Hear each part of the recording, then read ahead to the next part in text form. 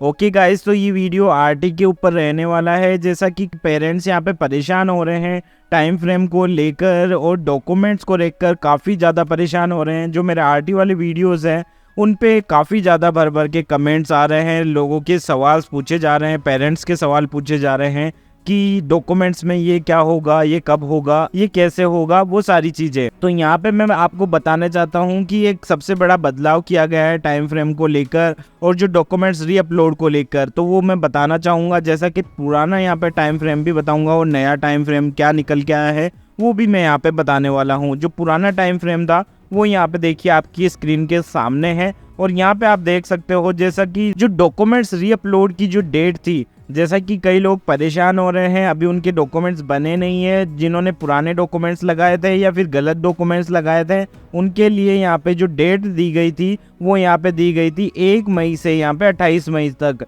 तो यहाँ पे जो डेट है ये होने वाली है और यहाँ पे ये CBIO के द्वारा यहाँ पे वेरीफाई किया जाता है। तो यहाँ पे जो ये डेट है ये एक्सटेंड कर दी गई है, आपके लिए थोड़ा सा और छूट मिल रही है। तो इसका जो नया रूप देखने के लिए आपको नया वाला टाइम फ्रेम यहाँ पे डाउनलोड करना होगा। वो चीज़ भी मैं आपको बताऊंगा कि किस तरीके से कितना टाइम यहाँ पे बढ़ाया गया है और क्या क्या चीज़ में आपको टाइम यहाँ पे बदलाव देखने को मिलेगा। तो यहाँ पे कई अभिभावक परेशान हो रहे हैं, तो वो चीज़ मैं आपको पहले ही बता रहा हूँ कि ये चीज़ यहाँ पे बदलाव की गई है और ये कितनी यहाँ पे बढ़ाई गई है, वो चीज़ भी यहाँ पे बात कर लेते हैं। जो नया टाइम फ्रेम है वो भी मैं यहाँ पे डाउनलोड करके आपको बता देता हूँ कि क्या यहाँ पे जो टाइम फ्रेम है वो नया निकल के आया है। तो यहाँ पे ये थोड़ा साफ नहीं दिया गया है, यहाँ पे जो ऑफिशियल साइट पे अपलोड हुआ है वो भी यहाँ पे बिल्कुल थोड़ा ब्लर सा टाइप सा लग रहा है, लेकिन इसमें आपको थोड़ा समझ में आ जाएगा और बाकी मैं समझा देता हूँ। तो यहाँ पे आप देख पा रहे हो जो रीअपलोड का जो ऑप्शन था वो यहाँ पे 13 मई से 3 जून तक कर दिया गया है। जो पहले यहाँ पे 28 तक था वो यहाँ पे 3 जून तक बढ़ा दिया गया है। तो यहाँ पे ये आपको एक सबसे बड़ा बेनिफिट यहाँ पे देखने को मिल रहा है। कईयों के डॉक्यूमेंट्स तैयार नहीं थे, कईयों के और कुछ प्रॉब्लम थी, तो ये चीज़ें आपको देखने को मिल रही है। तो यहाँ पे आपका जो डेट है वो बढ़ा दिया गया है, आप उसे मतलब जल्दी से जल्दी अपलोड कर दीजिए। आपका जो भी डॉक्यूमेंट्स है उसका सही डॉक्यूमेंट्स यहाँ पे अपलोड कर दीजिए। अगर आपके भी कोई रिजेक्शन आया है तो आपको जल्दी से यहाँ पे अपलोड करना है। अब यहाँ पे बात कर लेते हैं कि कई अभिभावक बोल रहे हैं कि हमारे पास जो है गलती से दूसरा डॉक्यूमेंट्स लग गया है वहाँ पे और अब जो है रिजेक्शन नहीं आया है, या फिर यहाँ पे रिजेक्शन के बाद में यहाँ पे डॉक्यूमेंट्स अपलोड का ऑप्शन नहीं आ रहा है। तो उस केस में देखो मैं आपको बता देता हूँ, अगर वो स्कूल वाले चेक करते हैं या फिर ऑब्जेक्शन वहाँ पे डलता है, दोबारा ऑब्जेक्शन डलने के बाद में ही आप दोबारा से वहाँ पे जो है वो रीअपलोड कर पाओगे अपना डॉक्यूमेंट्स। अगर ऑब्जेक्शन वगैरह नहीं आता है या रिजेक्ट हो जाता है, अगर रिजेक्ट हो गया तो फिर आपके पास कोई भी ऑप्शन नहीं बचता है। आपके फॉर्म को लेकर रिजेक्शन आ गया है तो आप उसमें कुछ भी नहीं कर पाओगे, CBIO के द्वारा भी कुछ नहीं कर पाओगे। तो वो चीज़ मैं आपको यहाँ पे क्लियर कर देता हूँ। फिर भी मेरी तरफ से आप एक चांस वहाँ पे ले सकते हो कि CBIO के वहाँ जाके आप ये चीज़ करवा सकते हो।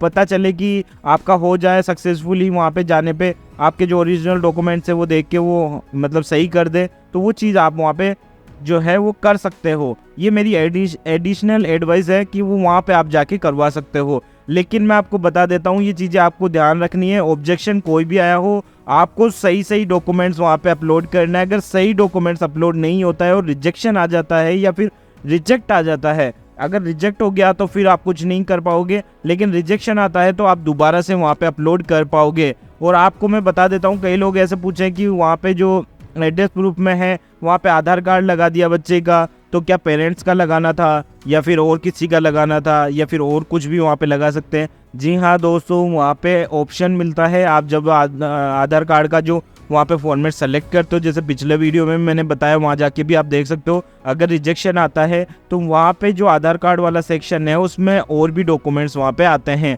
अगर आपके पास एग्जैक्ट जो आपने फॉर्म में भरा है एड्रेस, उसका कोई भी डॉक्यूमेंट्स है एड्रेस प्रूफ में और वहाँ पे वो लिस्ट में आ रहा है नाम, तो वो सेलेक्ट करके आपको अपलोड करना है। ये चीज़ आपको ध्यान रखनी है। कई लोग जल्दीबाजी में कुछ भी वहाँ पे अपलोड कर रहे हैं और उनके डॉक्यूमेंट्स ख़राब हो रहे हैं। डॉक्यूमेंट्स क्या मतलब, उनका आरटी का जो फॉर्म है वो ख़राब हो रहा है। तो ये चीज़ें आपको ध्यान रखने वाली चीज़ें हैं, छोटी छोटी चीज़ें हैं, वो आपको ध्यान रखनी है। ऐसे ही मतलब रीअपलोड नहीं कर दे, जैसे मोबाइल उठाया, ये आ गया डॉक्यूमेंट्स और ये अपलोड कर दिया। कई लोग ऐसे ही कर रहे हैं और उनका रिजेक्ट हो रहा है।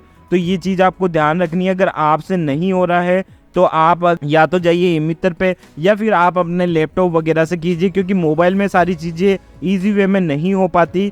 माना कि आप आज की दुनिया में मोबाइल से सब कुछ कर सकते हो, लेकिन कई बार होता है कि क्लियर अपलोड नहीं होता, या फिर फॉर्मेट में चेंजिंग में दिक्कत आती है, या फिर जो उसकी साइज़ है उसमें रिसाइज करने में दिक्कत आती है। वो चीज़ें काफ़ी इशू करती है, तो वो चीज़ आपको ध्यान रखनी है और ये छोटी छोटी चीज़ें ध्यान रख के ही आपको काम करना है।